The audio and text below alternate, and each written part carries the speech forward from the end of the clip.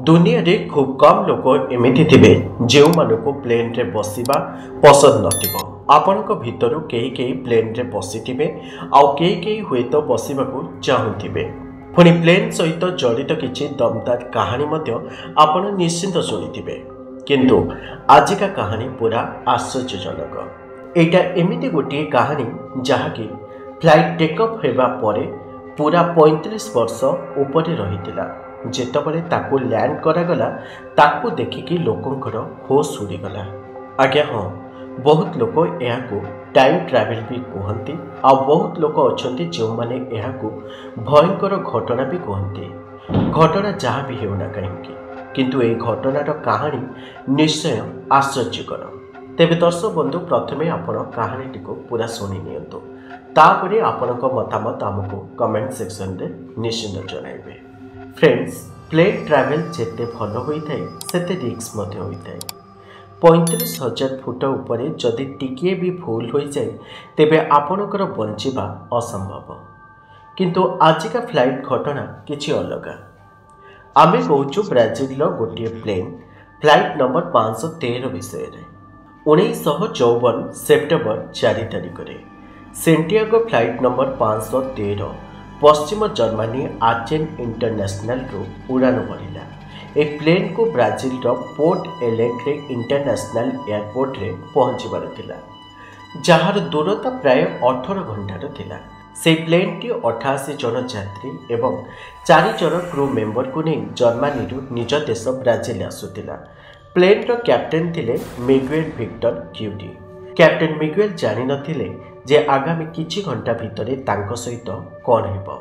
किंतु एमिति हेला कि घटनार किछि घंटा परे सेंटियागो फ्लाइट नंबर 513 जेतबले आटलांटिका महासागर उपरे थिला सेतबले एटीसी रेडर रो हठात गायब होईगला।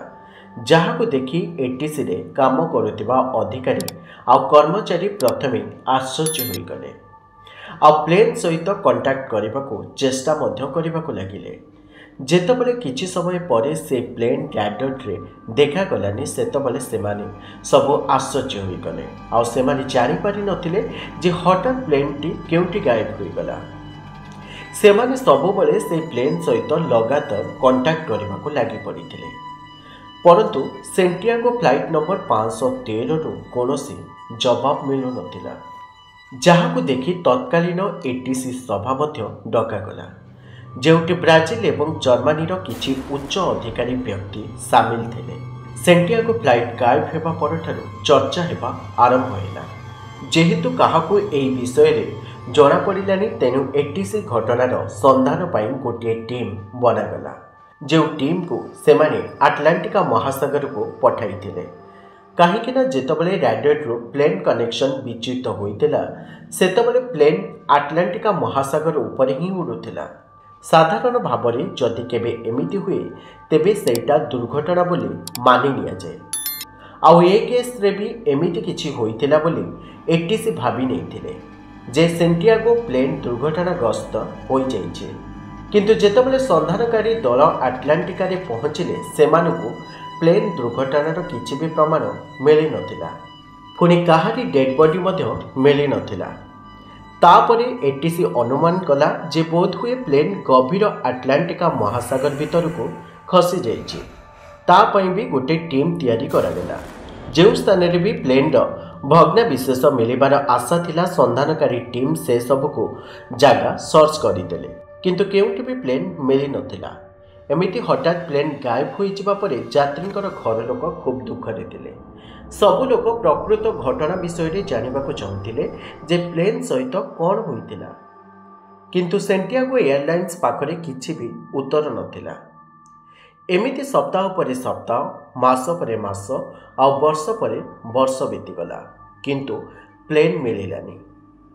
एमिति प्राय 2 वर्ष जाए सर्च ऑपरेशन चलीथिला। परे सर्च ऑपरेशन को सबुदिन पाई बंद कर दियागला। 1999 मसीहा अक्टोबर 12 रे हठात गोटे अजना प्लेन पोर्ट एलेग इंटरनेशनल एयरपोर्ट आड़क आसबार देखागला। एटीसी कर्मचारी को जेतबले रैडर रे प्लेन रो सूचना मिलिला सेमाने संगे संगे प्लेन सहित कांटेक्ट करने को ट्राई कले, किंतु प्लेन तरफ किसी उत्तर आसिलानी। प्लेन लगातार जोर रे एयरपोर्ट रनवे आड़ को जाऊला आ प्लेन सहित जेहेतु कंटाक्ट हेलानी तेणु संगे संगे रनवे को खाली कर दिगला। तापरे गोटे अजना फ्लाइट ब्राजिल एयरपोर्ट रे लैंड कला। एटीसी अधिकारी निज कर्मचारी को धरी प्लेन आड़ को दौड़िले। प्लेन पाखरे पहुंची सेमानी जहाँ देखिले तांको पाद तलू माटी खसीगला, कारण से अजना फ्लाइट सेंटियागो एयरलाइंस कंपनी ही थिला। से कंपनी 1956 रे बंद हो जाइतिला। सेंटियागो फ्लाइट नंबर 513 गायब होबार 35 वर्ष पर जो भी कर्मचारी आउ अधिकारी से प्लेन टी को देखुथिले ताहा बिल्कुल नुआ देखा जाउथिला। सेमाने किछि बुझी पारु नथिले जे जो कंपनी बंद होबार 35 वर्ष हेलानी ताहार नुआ प्लेन रनवे उपरे केमिति लैंड करि परिबो।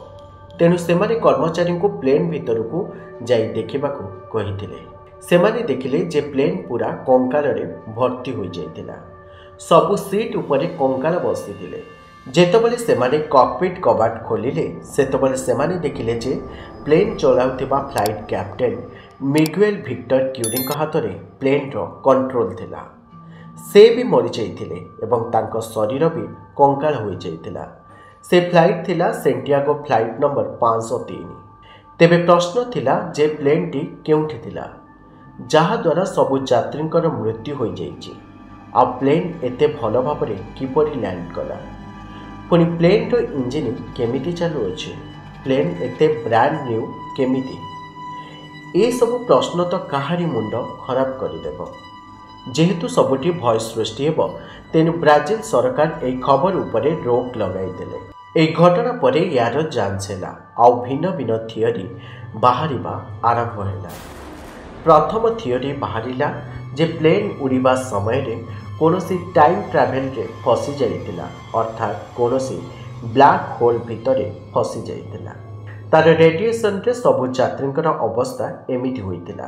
द्वितीय थियोरी आसिला जे कोनोसी एलियन रो शिकार होई गले। और तृतीय थियोरी आसिला जे सेटा कोनोसी मनुष्यर एक्सपेरिमेंट पई षडयंत्र थिला। किंतु ए सब केवल गोटिए गोटिए थियोरी थिला, किंतु तार कोनोसी दृढ़ कारण जणा पड़ी नथिला। से प्लेन सहित कौन हैला ताहा आज भी गोटे प्रश्न। ब्राजिल सरकार से मामला को लुचाइबा को चेष्टा कले, किंतु 1999 रे लोकप्रिय पत्रकार एर्विन फिशर ए घटना उपर परदा उठाइले। से पूरा घटना को खबर कागज रे छपाई देले। जो घटना सामना को आसीबा परे लोकंक भितरे सेंटियागो फ्लाइट 513 घटना निया परी व्यापी गला। किंतु पत्रकार एर्विन मध्य कोनोसी दृढ़ कारण देई पारि नथिले। अर्थात खबर कागज रे खाली गोटिए फ्लाइट रो फोटो थिला, किंतु कोनोसी कंकाळार फोटो नथिला। तेणु लोके घटना को दुई प्रकार नेबा आरंभ करिदेले।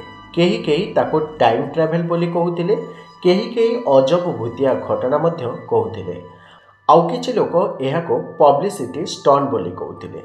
तेबे दर्शक बंधु आपणकर मतामत एहा उपरे कोन अछि आमको कमेंट सेक्शन रे निश्चिंत जणांतु।